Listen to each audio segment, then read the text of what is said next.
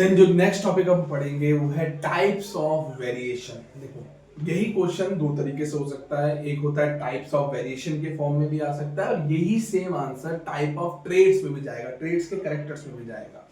तो जब ये क्वेश्चन आता है आपके पास, तो ये दोनों तरीके में चल सकता है। अगर वो आपसे पूछता है कि टाइप्स ऑफ वेरिएशन समझाइए, या इसी में ही बोल दे टाइप्स ऑफ ट्रेड्स बताइए, तो दोनों आंसर इसके सेम है। अगर वो आपसे वेरिएशन के बारे में पूछता है तो दो तरह के वेरिएशन होते हैं। पहला होता है सोमैटिक वेरिएशन और एक होता है गैमेटिक वेरिएशन। तो वेरिएशन के दो टाइप हो गए, सोमैटिक और गैमेटिक। अगर वो आपसे पूछ रहा है ट्रेड्स के दो बताइए टाइप, तो एक है एक्वायर्ड ट्रेड और एक है इनहेरिटेड ट्रेड। देखो, नाम में ही सब कुछ लिखा है। अगर आप नाम को क्लियरली पढ़ लेंगे तो आपके लिए इजी हो जाएगा। अगर वो वेरिएशंस के बारे में बोलेगा तो सोमैटिक और गैमेटिक लिख दीजिएगा, और अगर वो ट्रेड्स के बारे में पढ़ेगा तो एक्वायर और इनहेरिटेड लिख दीजिएगा। आप समझ लेते हैं इनके बारे में क्या होते हैं। देखिए, नाम में लिखा है एक्वायर ट्रेड, ऐसे ट्रेड जो मुझे डीएनए कॉपी करते समय नहीं मिले। मतलब ऐसे ट्रेड जो एक जनरेशन से दूसरे जनरेशन में ट्रांसफर नहीं हुए, वो मैंने अपनी जिंदगी के अंदर जब मेरी लाइफ साइकिल चली तो उस दौरान मैंने कुछ कैरेक्टर्स अपनी बॉडी में लेके आया, जैसे पीरसिंग करना, कानों को आपको छेड़ना।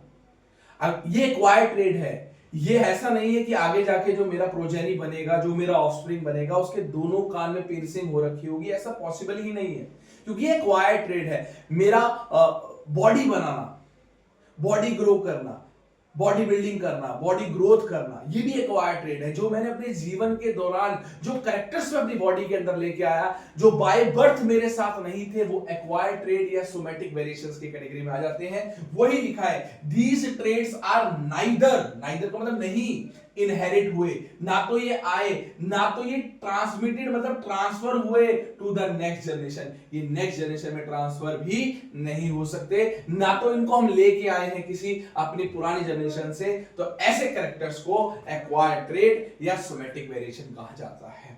देन गैमेटिक वेरिएशन या इनहेरिटेड ट्रेड्स क्या होते हैं? नाम में ही गैमेट छुपा हुआ है, तो मतलब ये आपके फादर से या आपके पेरेंट्स से जो न्यू बॉर्न बेबी हुआ है उसके अंदर ट्रांसफर हुए होंगे। These traits can be inherited, मतलब ये आए हैं, as well as ये आगे जाएंगे भी नेक्स्ट जनरेशन में। इन्हीं को ही गैमेटिक वेरिएशन या इनहेरिटेड ट्रेट्स कहा जाता है। तो सिंपल है दोनों। ये जो ट्रेड्स होते हैं ये आपको जन्म के बाद आप अपनी बॉडी के अंदर लेके आते हैं। जैसे आप बड़े होते जाएंगे तो जो एक्वायर्ड ट्रेड्स हैं वो ऐसे ट्रेड्स हैं जो आपने अपने जीवन काल में अपनी बॉडी में लाए। बालों का कलर करना, मेरे बाय बर्थ ब्लैक बाल थे, मैंने थोड़ा सा फैशन में आने के चक्कर में उनको ब्राउन कर दिया, तो अब मेरे बाय बर्थ तो ब्लैक है, जो मेरा प्रोजेनी बनेगा उसके ब्लैक ही होंगे, ब्राउन बाल नहीं हो सकते, क्योंकि ब्राउन बाल करना मेरा एक्वायर्ड ट्रेड था, इनहेरिटेड ट्रेड मेरे ब्लैक हेड्स थे। ये ट्रेड्स पेरेंट से ट्रांसफर होते हैं नेक्स्ट जनरेशन में during the process of reproduction. तो ये है आपका। ये एक और पॉइंट आप इसके अंदर ऐड कर सकते हैं, ये ट्रेड्स रिप्रोडक्शन में भाग नहीं लेते हैं, जबकि ये ट्रेड्स रिप्रोडक्शन के अंदर ही ट्रांसफर होते हैं। तो ये आप लिख सकते हैं सिंपल। एग्जांपल एक लिख दीजिए। जैसे मैंने भी बोला, आपके कान की पियर्सिंग करना, आपकी गाड़ी चलाने की स्किल, ये एक्वायर्ड ट्रेड है कि मेरे को गाड़ी चलानी आती है। जरूरी नहीं है मेरा प्रोजेनी होगा, बाय बर्थ वो एक ड्राइवर होगा, वो भी गाड़ी चला लेंगे, नहीं, ऐसे नहीं होगा। और इनहेरिटेड कौन से हो गए? आपके स्किन का कलर, अगर आपका ब्लैक है तो प्रोजेनी का कलर भी ब्लैक होना चाहिए, आईज का कलर, नोज की शेप, ये सारी चीजें क्या होती है बेटा? ये होती है, ये है आपका इनहेरिटेड और ये है आपका एक्वायर। अगर गैमेट्स में बात करूं तो दिस इज योर सोमैटिक और यही हो गया आपका गैमेटिक। तो इससे ज्यादा इसमें आपको कुछ करने की जरूरत नहीं है। फिर सबसे important question, that is DNA. सबसे पहले इसका आपको नाम पता होना चाहिए, डाईऑक्सी राइबोज न्यूक्लिक एसिड। नाम है deoxy ribose nucleic acid, deoxy ribo nucleic acid, ठीक है, ये इसका नाम है। तो ये डीएनए होते कहां पर है? पहली चीज, ये डीएनए होते हैं, आपने पढ़ा होगा, ये न्यूक्लियस के अंदर होते हैं। ये थ्रेड लाइक स्ट्रक्चर होते हैं, धागे की तरह के कुछ आकार होता है इनके अंदर, और इनके अंदर आपकी सारी इंफॉर्मेशन होती है, जो आपकी ट्रेड्स होते हैं, वो सारी इंफॉर्मेशन इसके अंदर स्टोर होती है। तो डीएनए क्या है, कहां प्रेजेंट होता है? न्यूक्लियस के अंदर प्रेजेंट होता है। एक थ्रेड लाइक स्ट्रक्चर है जो आपकी सारे कैरेक्टर्स की इंफॉर्मेशन अपने अंदर स्टोर करके रखता है। फुल फॉर्म आपको पता ही है, डाईऑक्सीराइबोज न्यूक्लिक एसिड। ठीक है, ये थोड़ा एक्स्ट्रा इंफॉर्मेशन है, फिर भी आप जान लीजिए कि जो ह्यूमन डीएनए होता है उसकी जो लंबाई होती है 2.2 mm होती है, और जो उसकी स्कैटर्ड फॉर्म होती है, जब ये फैला हुआ होता है, 9th में आपने पढ़ा है, सब कुछ आप जानते हैं कि जो स्कैटर्ड फॉर्म, मतलब जब डीएनए न्यूक्लियस के अंदर फैला हुआ है तो जो उसकी स्कैटर्ड फॉर्म होती है उसे क्रोमेटिन कहते हैं। और जब ये कॉइल शेप में आ जाता है, ऐसे आपने पढ़ा होगा, ये कॉइल कंडेंस शेप में जब आ जाता है तो इसे क्रोमोसोम कहते हैं। ठीक है, इतना आपके लिए मोर देन सफिशिएंट है। डीएनए क्या है? एक थ्रेड लाइक स्ट्रक्चर है जो आपकी सारी इंफॉर्मेशन स्टोर करके रखता है। Full form is deoxyribose nucleic acid. लंबाई होती है 2.2 मीटर की लंबाई है। दो फॉर्म में होता है, अगर वो स्कैटर्ड फॉर्म में है, इस तरीके से फैल रखा है, तो आप इसको क्रोमेटिन बोलेंगे, और अगर ये कॉइल्ड शेप में कंडेंस फॉर्म में है तो इसे क्रोमोसोम बोल देते हैं। और आपको पता होगा कि इसके चारों तरफ क्या होता है? प्रोटीन की एक लेयर होती है। तो आइए इनके बारे में थोड़ा सा जान लेते हैं। और एक और चीज, ये हमने 9th में पढ़ा था, तो यहाँ भी 10th में थोड़ा सा काम आ जाएगा कि जो क्रोमेटिन से क्रोमोसोम बना जाता है वो एक ही प्रोसेस के थ्रू बनता है, जब आपकी बॉडी में क्या हो रही होती है? सेल की डिवीजन। तो क्रोमोसोम और क्रोमेटिन के बारे में थोड़ा सा जान लेते हैं। देखिए, ये कंडेंस फॉर्म है, भयंकर तरीके से कॉइल्ड हो रखे हैं डीएनए एक के अंदर। ये आपका क्या है? ये आपका न्यूक्लियस है। इसके अंदर आप देख सकते हो ये आपका डीएनए है, और किस फॉर्म के अंदर है? हाईली कॉइल्ड फॉर्म के अंदर है। अब जब बॉडी के अंदर सेल डिवीजन हो रहा है, चाहे वो मिटोसिस हो या मायोसिस हो, कोई भी प्रोसेस हो, इतना अभी हम डीप में नहीं जा सकते, तो उस दौरान आपका जो ये डीएनए है एक कॉइल्ड शेप में आ जाता है, और इसी को क्या कहते हैं? क्रोमोसोम। इसी को क्या कहते हैं? क्रोमोसोम। हर इंसान के अंदर जो टोटल क्रोमोसोम्स होते हैं वो कितने होते हैं? 46 होते हैं, और कहीं बुकों में इसको 23 पेयर भी लिख देगा, तो कंफ्यूज होने की जरूरत नहीं है। हर इंसान की बॉडी में जो क्रोमोसोम होते हैं वो 23 पेयर्स है, मतलब 46 इन नंबर्स है। देखो नीचे भी मेंशन है, तो अगर मैं पेयर्स में बात करूंगा तो पेयर में कितने हो जाएंगे? 23 हो जाएंगे। तो चलो आगे चलते हैं, थोड़ा सा और जानते हैं इसके बारे में।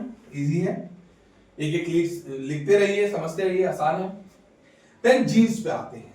क्या आते हैं? जीन्स के अंदर आते हैं। देखो, आपने छोटी सी चीज देख लीजिए, सेल होता है, आपने पढ़ा होगा, सेल होता है। इस सेल के अंदर न्यूक्लियस होता है, देन न्यूक्लियस क्रोमोसोम है, क्रोमोसोम्स है, देन क्रोमोसोम का एक छोटा सा सेगमेंट, छोटा सा पार्ट, दैट इज डीएनए, छोटा सा पार्ट। अब इस डीएनए के अंदर जो मेन इंसान है, that is your genes, that is your genes. वही स्टेटमेंट भी लिखनी है आपको, डीएनए का एक छोटा सा पार्ट, तो छोटे से पार्ट को बेटा सेगमेंट कहा जाता है। A segment of DNA, DNA का एक छोटा सा हिस्सा, द सेगमेंट ऑफ डीएनए, जो कि सारी इंफॉर्मेशन एक प्रोजेनी के अंदर ट्रांसफर करता है, और उसी के अंदर ये सारी इंफॉर्मेशन स्टोर होती है, उसी को जीन कहते हैं। एक सेगमेंट है, डीएनए का एक छोटा सा हिस्सा है जो सारी इंफॉर्मेशन को स्टोर करता है, सारे कैरेक्टर्स को अपने अंदर स्टोर करता है। तो डीएनए का एक छोटा सा हिस्सा तो जीन्स हो जाता है। एक ह्यूमन डीएनए के अंदर लगभग 2000 जीन्स होते हैं। ये थोड़ी इंफॉर्मेशन अच्छी है, पेपर के काम आ सकती है, एमसीक्यूज आ सकते हैं कि क्रोमोसोम कितने हो गए? 46 हो गए, 23 पेयर हो गए। और ह्यूमन के डीएनए में लगभग 20,000 जीन्स होते हैं, 20,000 जीन्स होते हैं। फिर ये टॉपिक है, थोड़ा सा जान लीजिए इसके बारे में। देखिए, चैप्टर के अंदर छोटी छोटी चीजें बहुत है, तो सारी चीजों को याद कर लीजिए। अब इनसे क्वेश्चन आना नहीं आना, एमसीक्यू बनना, 2-2 मार्कर बनना, वो इन्हीं पे डिपेंडेंट है। अब जैसे टर्म आ जाती है, दैट इज हैप्लॉइड, डैप्लॉइड। हैप्लॉइड देखो एन से रिप्रेजेंट करना है, पहली चीज हैप्लॉइड आते ही एन हो जाता है। डाई मतलब होता है 2, तो ये 2n से रिप्रेजेंट होता है, पहली चीज तो ये हो गई। इनमें one copy of each chromosome होती है। हर क्रोमोसोम की जिसमें एक कॉपी होगी, एक ही कॉपी है, उसे हैप्लॉइड बोलते हैं। जिसमें हर क्रोमोसोम की दो दो कॉपीज बन जाए उसे डैप्लॉइड कहते हैं। हम लोग डैप्लॉइड होते हैं, हम लोग जो है वो डैप्लॉइड है, हमारी पूरी बॉडी में डैप्लॉइड है। पर एक सेल है, एक है ऐसा जो मेल के अंदर भी एक ही है और फीमेल के अंदर एक ही है, जो हैप्लॉइड्स होते हैं। तो हैप्लॉइड जिनमें, या इसको ऐसे भी लिखते हैं सिंगल पेयर ऑफ क्रोमोसोम्स, और सिंगल सेट भी बोल सकते हो। सिंगल सेट ऑफ क्रोमोसोम्स होता है जिसमें, और इसमें पेयर ऑफ क्रोमोसोम्स होते हैं, तो वो भी आप बोल सकते हो। बेसिकली ये भी डेफिनेशन लिख सकते हो, या चाहो तो ये भी लिख सकते हो जिनमें हर क्रोमोसोम की one copy of each chromosome होता है, उन्हें हैप्लॉइड बोला जाता है। जिनमें क्रोमोसोम की दो कॉपीज होती हैं, उन्हें डैप्लॉइड बोलता है। अब देखो, ऑल ह्यूमन सेल्स आर डैप्लॉइड। अभी मैंने बात करी थी कि जितने भी ह्यूमन के सेल्स होते हैं वो डैप्लॉइड होते हैं, सिवाय दो के, मेल के अंदर स्पर्म और फीमेल के अंदर एग। ये दोनों हैप्लॉइड होते हैं, और आगे जाके जब इनकी प्रोसेस होती है, जब आप फर्दर रिप्रोडक्शन पढ़ेंगे तो उसके अंदर जाके डैप्लॉइड हो जाते हैं। ठीक है जी, देन आगे करते हैं थोड़ा सा। 23 chromosome of sperm cells and 23 chromosome of egg cell fuse to form zygote। सही बात है, मेल से 23 पेयर आते हैं, फीमेल से 23 पेयर आते हैं, और ये कंबाइन करते हैं। मेल से भी 23 पेयर आ रहे हैं, फीमेल से भी 23 पेयर आ रहे हैं, और ये कंबाइन कर रहे हैं और क्या बना रहे हैं, जाइगोट। क्या बना रहे हैं, एक जाइगोट। इस जाइगोट के पास 46 क्रोमोसोम्स हैं। तो मतलब अब ये क्या हो गया, डाइप्लॉइड हो गया। क्या हो गया, डाइप्लॉइड। यहां से भी आए, यहां से भी आए, तो जो जाइगोट बना, देखो स्पर्म जो है वो हैप्लॉइड है, एग जो है वो हैप्लॉइड है। जब ये दोनों मिले तो एक हैप्लॉइड यहां से आया, एक हैप्लॉइड यहां से आया। जब इनका फ्यूजन हुआ, जो जाइगोट बना, उसके पास टोटल कितने हो गए, 46 हो गए। तो अब वो डाइप्लॉइड बन गया, मतलब वो 2n के फॉर्मूले में आ गया, वो 2n के फॉर्मूले में आ गया। यही चीज देखो यहां पर आपको सिखा रखी है, थोड़ी सी देख लीजिए।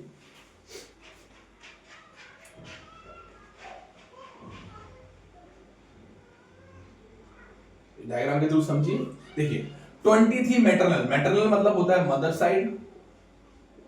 23 maternal chromosome form egg cell, ये मदर साइड से आ रहे हैं, ये मदर साइड वाले, ये मदर साइड से आ गए, और ये फादर साइड, पैटर्नल मतलब फादर साइड से 23 क्रोमोसोम यहां पर आ गए। जब ये दोनों मिले तो इन्होंने जाइगोट फॉर्म किया और 46 क्रोमोसोम बन गए, और ये अभी ये दोनों हैप्लॉइड थे। अब ये जो जाइगोट बना ये कैसा बन गया, डाइप्लॉइड बन गया। देन आगे एक चीज टर्म है, इससे मेरी ट्रेड्स में भी जाएगा, तो पहले यहां से सीख लेते हैं। देखो होमोलोगस क्रोमोसोम्स, होमोलोगस क्रोमोसोम्स क्या होता है, कि होमोलोगस का मतलब क्या है। देखो होमो का मतलब होता है सेम, होमो का मतलब है सेम, उससे रिलेटेड एक चीज है। A couple of homologous chromosomes और homologous set of one maternal and one paternal chromosome that paired up with each other inside a cell during the fertilization, उन्हें क्या कहते हैं, homologous chromosome बोलते हैं। मतलब सेम क्रोमोसोम जब मिल रहे हैं, सेम क्रोमोसोम जब मिल रहे हैं और फर्टिलाइजेशन हो रहा है और जाइगोट फॉर्म हो रहा है, उसी को ही होमोलोगस क्रोमोसोम्स कहते हैं। कपल जिनके होमोलोगस मतलब सेम क्रोमोसोम्स या के सेट जो है, एक मैटरनल से आता है, एक पैटर्नल से आता है, जो पेयर होते हैं और जो सेल वो फॉर्म कर रहे हैं, जो जाइगोट वो फॉर्म कर रहे हैं, इस तरह के क्रोमोसोम्स को होमोलोगस क्रोमोसोम्स भी कहते हैं। अब आइए, देन इसके बाद एक टॉपिक आता है दैट इज अलील। अलील, अलील, अलील। देखिए अलील ये बहुत कंफ्यूज करते हैं। अलील होगा, देन जीनोटाइप, फिनोटाइप, तो पहले अलील से लेते हैं। स्टेटमेंट समझिए, द डिफरेंट फॉर्म और अल्टरनेट फॉर्म ऑफ जीन, मतलब जीन के अलग अलग तरह के फॉर्म को ही अलील कहते हैं। जीन का अलग अलग तरह से होना ही अलील कहलाता है। डिफरेंट फॉर्म, अलग अलग फॉर्म या अल्टरनेट फॉर्म किसी भी जीन का, उसी को ही अलील बोला जाता है। तो अलील कोई अलग चीज नहीं है, जीन ही है वो, पर जीन का कोई अलग स्ट्रक्चर या कोई अलग फॉर्म, उसी को ही क्या कह दिया गया, अलील बोल दिया गया। क्या बोल दिया गया, अलील। तो दो तरह के अलील हम पढ़ेंगे, एक है डोमिनेंट अलील और एक है रिसेसिव अलील। एक है डोमिनेंट अलील और एक है आपका रिसेसिव अलील, और ये ट्रेड्स में भी जाएगा। देखो डोमिनेंट ट्रेड्स होगा तब भी आप यही बात करना, रिसेसिव ट्रेड होगा तब भी यही बात करना। तो मतलब जीन्स के अलग अलग फॉर्म को ही क्या कहा जाता है, डोमिनेंट और रिसेसिव। देखो डोमिनेंट वन का मतलब होता है स्ट्रॉन्ग होना और रिसेसिव का मतलब होता है वीक होना। It is the strongest one form of to alleles.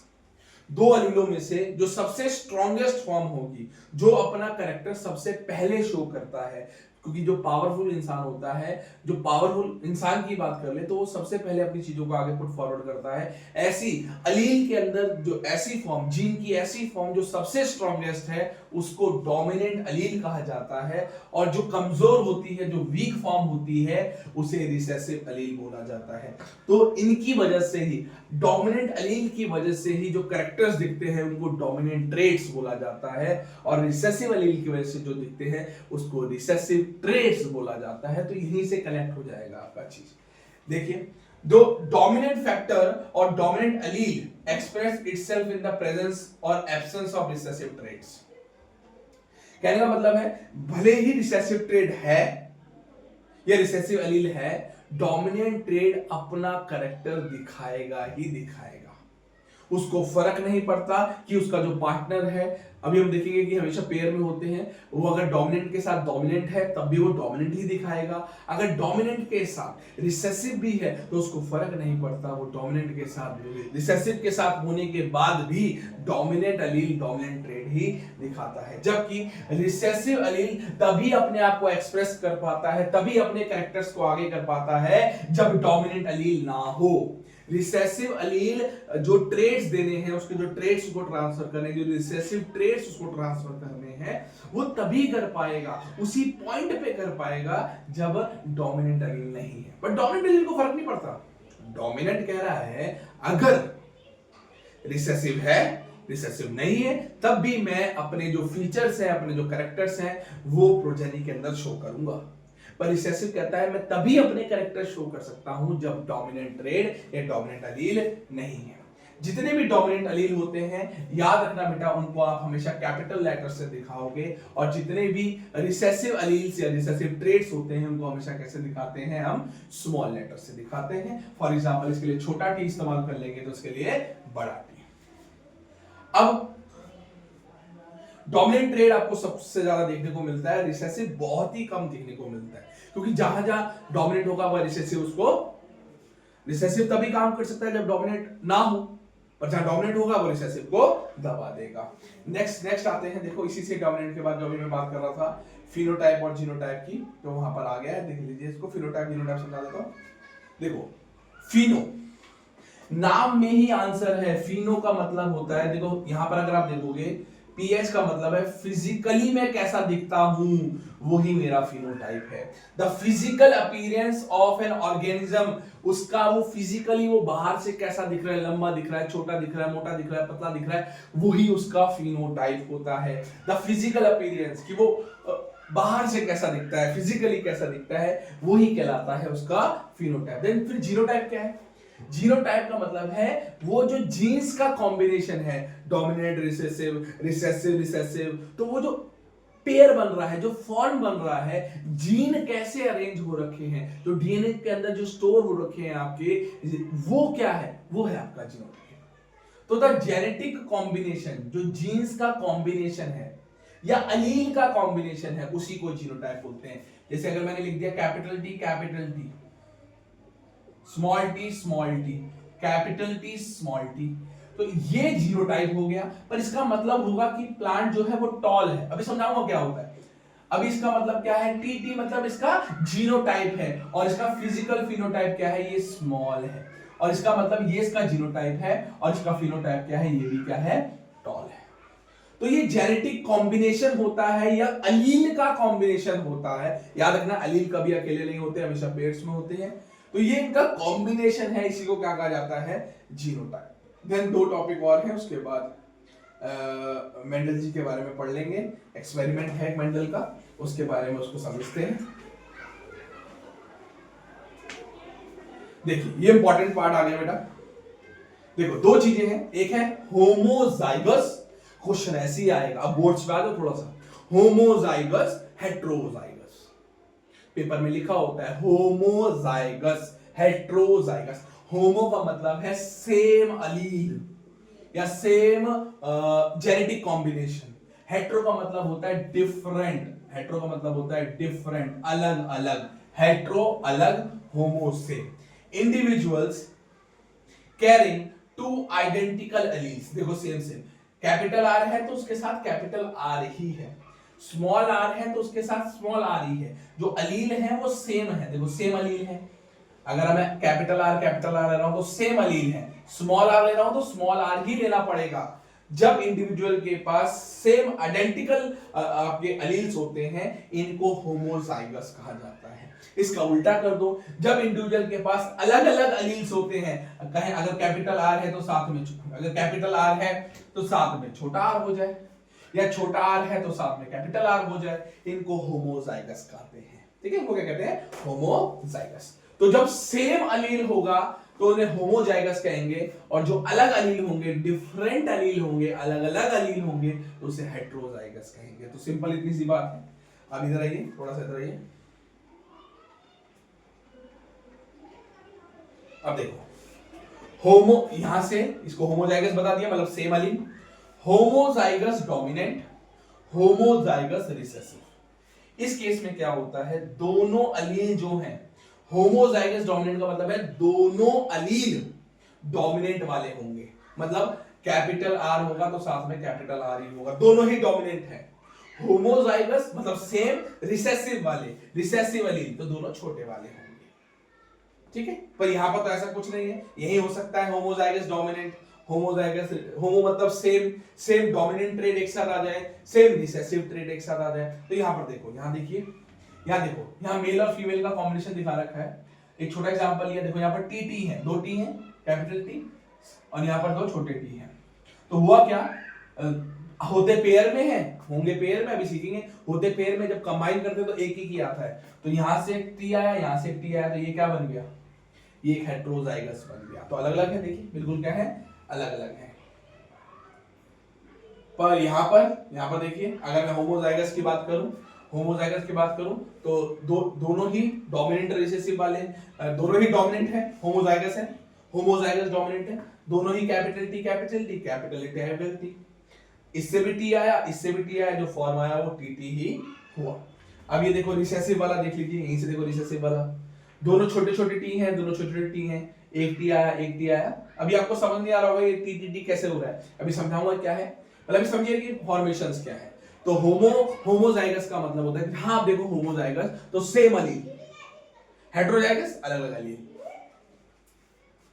Then यहां से जो आपको सेम फॉर्मूला शुरू हो रहा है, ये एक्सपेरिमेंट है, इससे क्वेश्चन जरूर आएगा।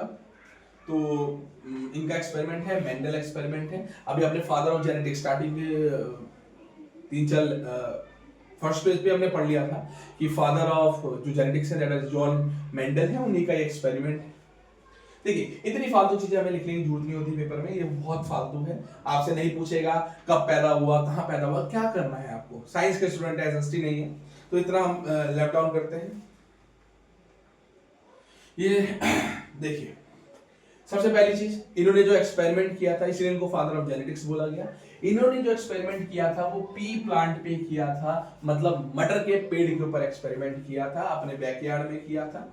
तो ये बहुत ज्यादा एडवांस है, ये कुछ नहीं पूछेंगे, तो हम सीधा एक्सपेरिमेंट में जाते हैं। ये कुछ ज्यादा ही इसके अंदर है, जो क्वेश्चन इंपॉर्टेंट है वो मैं आपको बता देता हूं। हाँ ये, चलो तो क्वेश्चन पूछते हैं, why did Mendel choose garden P in his experiment. उन्होंने पी के प्लांट को ही चुना क्यों, ये क्वेश्चन आता है। ये नहीं पूछेंगे कहां पैदा हुआ, क्यों उनके एक्सपेरिमेंट को रिफ्यूज कर दिया, ये नहीं, बुकों में लिखा है, कोई बात नहीं, जो बोर्ड्स में पूछेंगे वो इंपॉर्टेंट है। उन्होंने पी प्लांट को क्यों चुना, उसके मेन कारण क्या है, वो चीज आपसे पूछा जाता है। सबसे पहले देखिए, पी प्लांट चुनने का मेन कारण क्या है कि पी प्लांट को इजीली ग्रो कर सकते हैं, इजीली ग्रो कर सकते हैं, और मेंटेनेंस भी उसकी आसानी से हो सकती है। इसीलिए उन्होंने चुना। इजी ग्रो हो जाता है, आसानी से ग्रो हो सकता है और इजीली मेंटेन हो सकता है। और इनकी खासियत है कि पी प्लांट जो होता है ये बहुत कम समय लेता है डेवलप होने में। दो रीजन हो गए, एक तो आसानी से ग्रो हो जाता है, मेंटेनेंस भी कम है और कम टाइम लेता है ग्रो करने में, और साथ ही साथ ये दोनों तरह के पॉलिनेशन कर सकता है। ये नेचुरली दोनों पॉलिनेशन कर लेता है, सेल्फ भी कर सकता है और क्रॉस भी कर सकता है, क्रॉस भी कर सकता है। और ये एनुअल प्लांट है, ये क्या है, एक एनुअल प्लांट है। Therefore many generation can be studied with a short period of time. तो यही आपको लिखना है, एक एनुअल प्लांट है और जल्दी जल्दी इसकी जनरेशन को आराम से आप छोटे पीरियड ऑफ टाइम में आप इनको आराम से इनके बारे में स्टडी कर सकते हैं। ये 3 पॉइंट्स मोर देन सफिशिएंट होते हैं। पर अगर आप चाहते हैं कि आपका आंसर और अच्छा दिखे तो कुछ चीजें और बता देते हैं। देखिए, इनके जो कैरेक्टर्स होते हैं, इनके फिनोटाइप्स होते हैं, वो इजीली विजिबल होते हैं। आप आंखों से देख के इनके बहुत सारे कैरेक्टर्स पे स्टडी कर सकते हो।